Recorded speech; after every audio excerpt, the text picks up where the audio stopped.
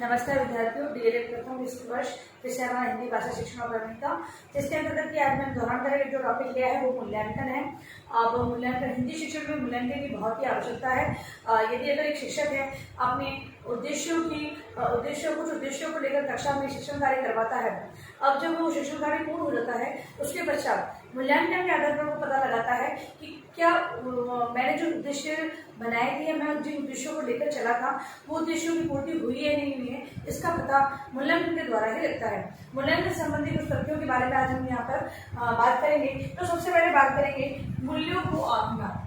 इसका जो अर्थ होता है, या तात्पर्य करें, शाब्दिक जो अर्थ है मूल्य को आंकना, इसका जो शाब्दिक अर्थ है। ठीक है, हिंदी शिक्षण के अंतर्गत बात हम हिंदी विषय की कर रहे हैं, तो हिंदी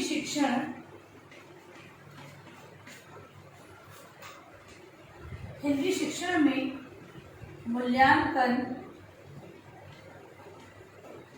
मूल्यांकन से तात्पर्य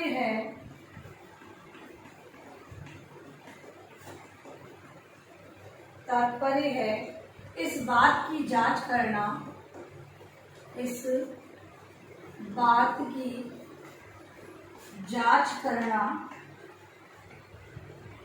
कि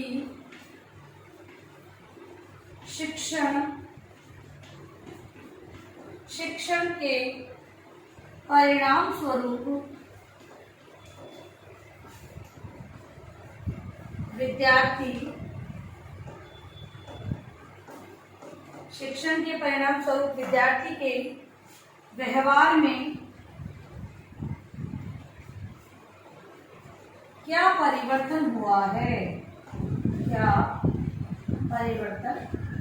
है। जो शिक्षा का जो पाठ्यक्रम बनाया गया है, विभिन्न आयु वर्ग या उनकी जो योग्यता होती है बालकों की, उनके आधार पर वो डिसाइड किया जाता है। मनोवैज्ञानिक सिद्धांतों को अपनाया जाता है। उसके अलावा भी विभिन्न तरह के आधारों पर पाठ्यक्रम का निर्माण करवाया जाता है। अब यदि कक्षा के अंतर्गत विद्यार्थियों को वो शिक्षण उस पाठ्यक्रम के माध्यम से शिक्षण कार्य करवाया जा रहा है, अब उसको जो शिक्षण कार्य करवाया है, अब हिंदी शिक्षण की हम बात करें तो हिंदी शिक्षण में मूल्यांकन से तात्पर्य इस बात की जांच करना है कि शिक्षण के परिणाम स्वरूप विद्यार्थी के व्यवहार में क्या परिवर्तन हुआ है। ठीक है, अब अगर हम कोई कहानी विद्यार्थियों को पढ़ा रहे हैं, उस कहानी के अंतर्गत दया, प्रेम, करुणा, इन भावों का समावेश है। अब कहानी के माध्यम से वो भाव बालक के अंतर्गत समावेश करना या फिर बालक के अंतर्गत उपस्थित हो, धीरे धीरे करके बदलाव आएगा। अब इन बदलावों को देखने के लिए अध्यापक को मूल्यांकन करना पड़ेगा। तभी एक अध्यापक है वो मौखिक रूप में मूल्यांकन कर सकता है, लिखित रूप में कर सकता है, किसी प्रतियोगिता के माध्यम से कर सकता है। तो विभिन्न प्रकार से उनका मूल्यांकन किया जा सकता है। तो यहाँ पर हिंदी शिक्षण के अंतर्गत व्यवहार में परिवर्तन के माध्यम से मूल्यांकन को मापा जा सकता है, मूल्यांकन के बारे में पता लगाया जाता है। शिक्षण से पूर्व शिक्षण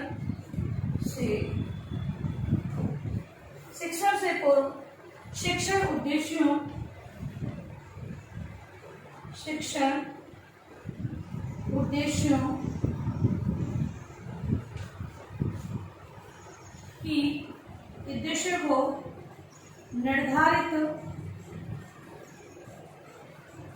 किया गया था।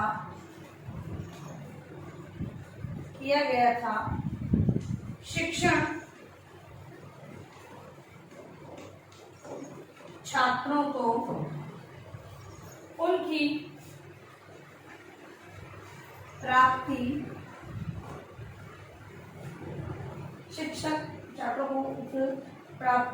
किस स्तर तक हुई है। अध्यापक अपने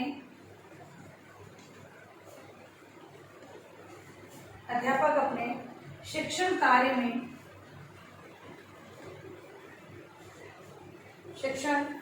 में कहाँ तक सफल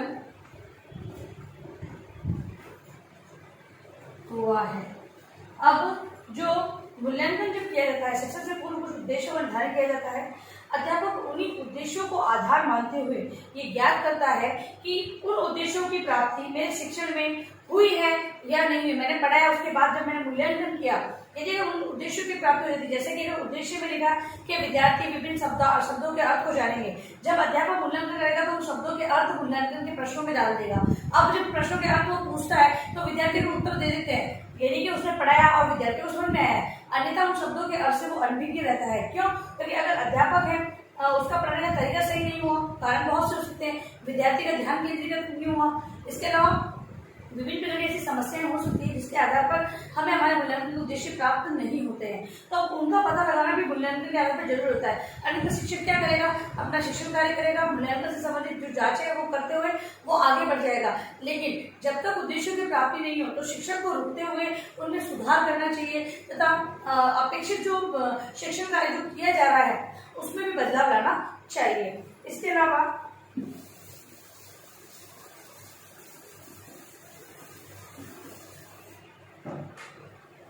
विद्यार्थियों की रुचि, विद्यार्थियों की रुचि, योग्यताओं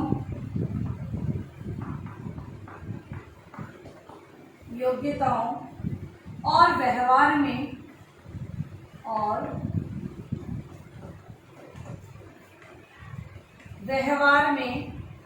कितना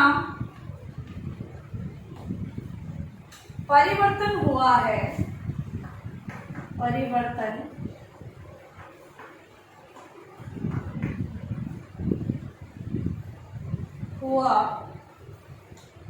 परिवर्तन हुआ, इस बात का अनुमान मूल्यांकन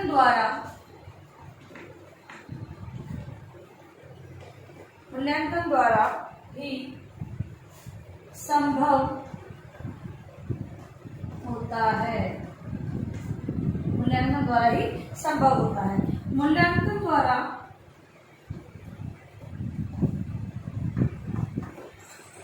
विषय वस्तु के ज्ञान की जांच, विषय वस्तु के ज्ञान की जांच होती है, साथ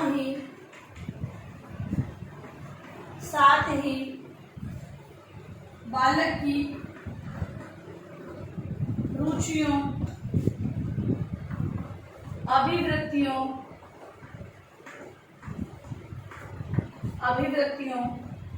योग्यताओं, दृष्टिकोणों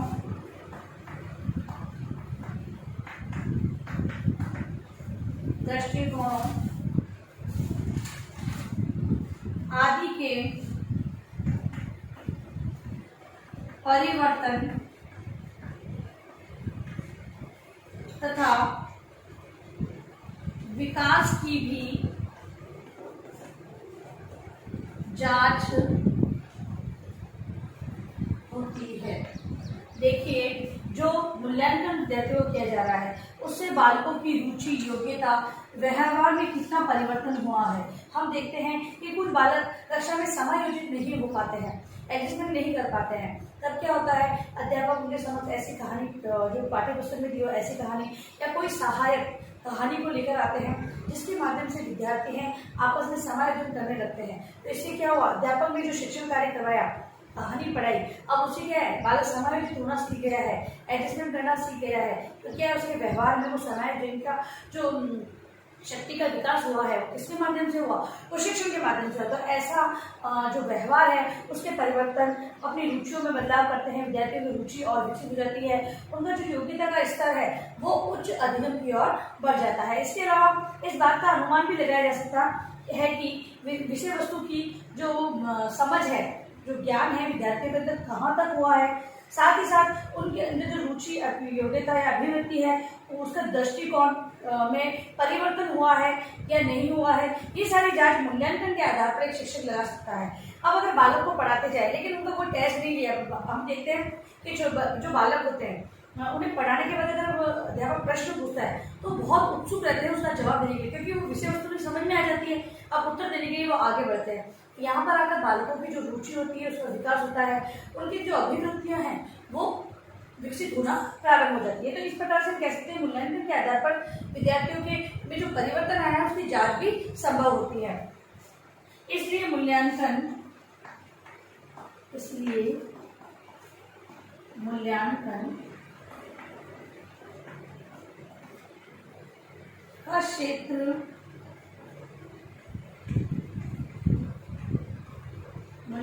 का क्षेत्र परीक्षा से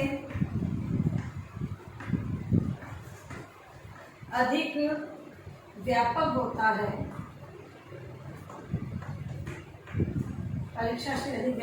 है। क्योंकि परीक्षा का संबंध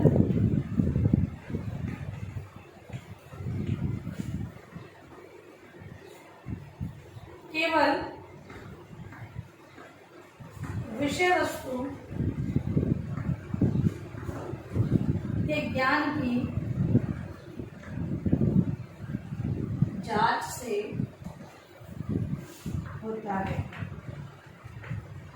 अब जो मूल्यांकन के अंतर्गत विभिन्न प्रकार के मौखिक और लिखित प्रकार का मूल्यांकन किया जाता है, उसमें जो परीक्षाएं मौखिक और लिखित दी जाती है उन पर बालकों को ज़्यादा फोकस रहता है। बच्चों को कह दिया जाएगा कि आपका एग्जाम लिया जाएगा या टेस्ट लिया जाएगा तो विद्यार्थी को बहुत गंभीर रूप से उसका अध्ययन करते हैं, विषय वस्तु से संबंधित सारी समस्याएं हैं उसको निवारण करने का कार्य करते हैं, उसे याद करते हैं, ये सारी चीज़ें होती है। परीक्षा का जो माहौल उनके लिए है वो मूल्यांकन के लिए बहुत ही बड़ी भूमिका निभाता है।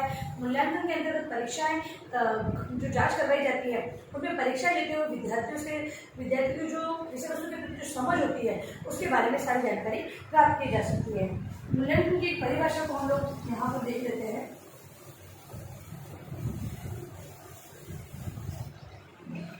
सीसी रॉस के अनुसार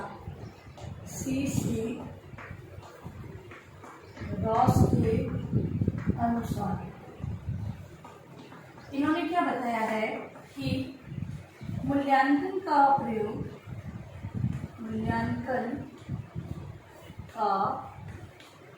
प्रयोग बच्चे के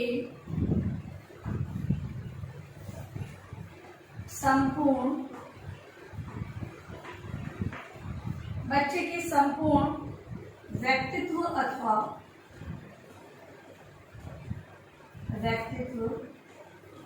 अथवा शिक्षा की समूची स्थितियों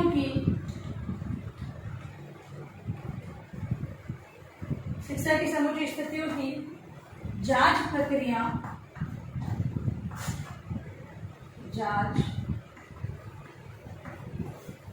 प्रक्रिया के लिए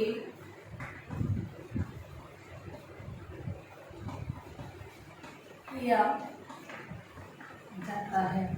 देखिए परिभाषा को समझेंगे कि मूल्यांकन का प्रयोग बालक के संपूर्ण व्यक्तित्व तथा शिक्षा की समुचित स्थितियों की जांच की प्रक्रिया के लिए किया जाता है। अब ये कहें कि बालक का व्यक्तित्व व्यवहार में परिवर्तन आएगा, उसके व्यक्तित्व में उसकी जो समझ है मतलब कि व्यक्तित्व हम दे सकते हैं। जैसे व्यवहार परिवर्तन, बड़ों का आदर करना, बालक आदर नहीं करता है, लेकिन शिक्षा पर कहानियाँ सुनाकर ऐसा जो हम गतिविधियाँ करवाते हुए विद्यार्थियों के अंतर्गत बहुत सारे गुणों का विकास करते हैं।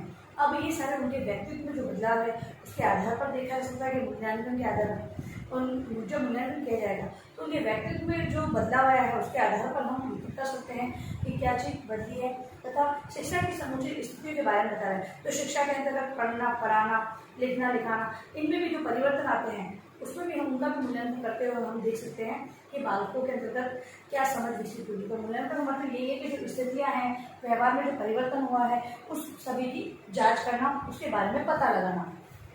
अब देखिए अपना गृह कार्य प्रश्न आपको।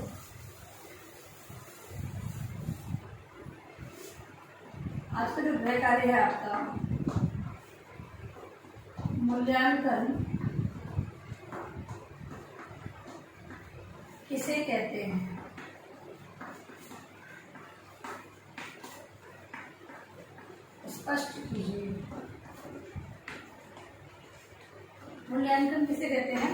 आपको स्पष्ट करना है।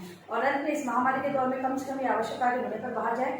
यदि बाहर जा भी रहे हैं तो 3 बातों का विशेष ध्यान रखें, मास्क लगाएं, सोशल डिस्टेंस बनाएं और हाथों को बार-बार सैनिटाइज करें। सोशल डिस्टेंस का ध्यान रखें।